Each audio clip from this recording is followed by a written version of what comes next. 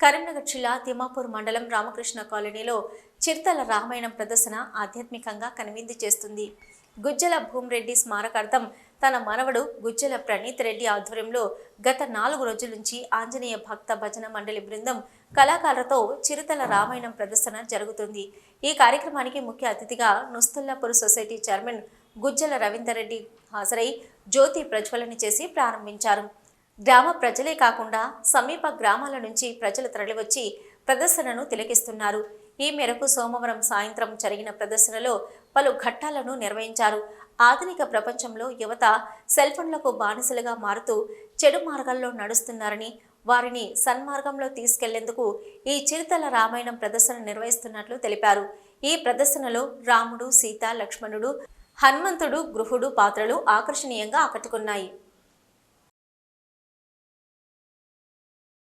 చిరుతల రామాయణాన్ని నాటక రూపం లోపల ప్రదర్శించబడుతుంది.